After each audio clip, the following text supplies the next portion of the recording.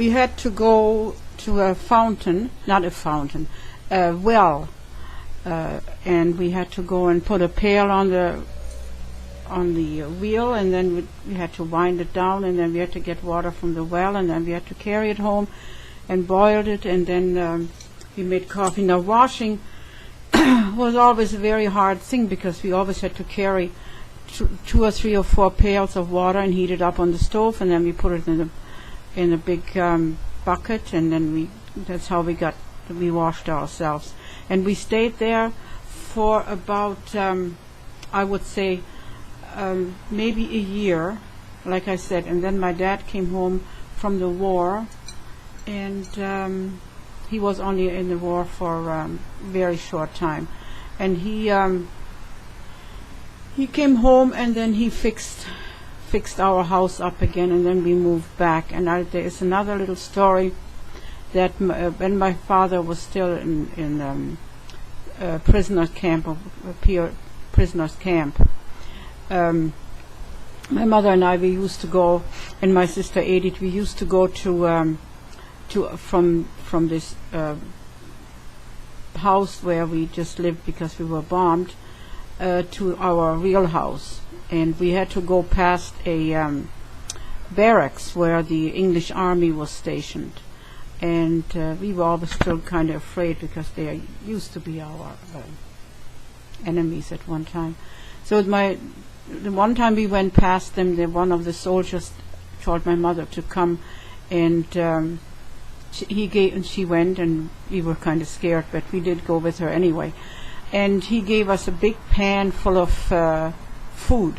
It was I still can see it, and I still remember it was a big pan of meat.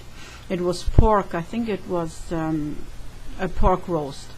So we took it home, and while we were going home, a dog followed us because he could smell the meat.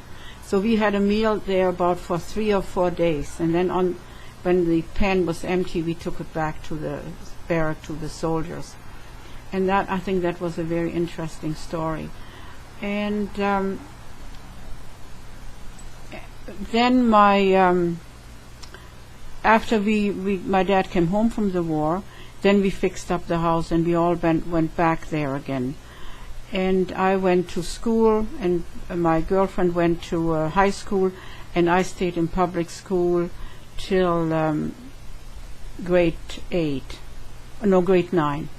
And then I went to work. I worked in an orphanage with children for a little while, and then I worked in a children's hospital, and that was very nice. And while I was working there, my mother died. She got a peritonitis after a hysterectomy. So I was 16, and I just turned 16, and I stayed there and worked there in this children's hospital for about maybe 6-7 months. And then I went to a mother house in Marburg an der Lahn, and it was a deaconess mother house.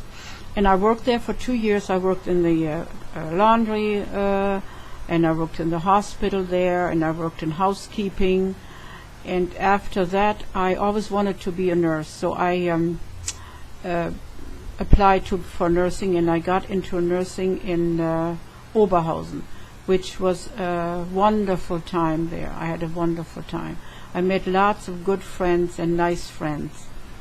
And going back now, when my mother was still alive and I was still at home, I remember her, after she came home from the hospital, she had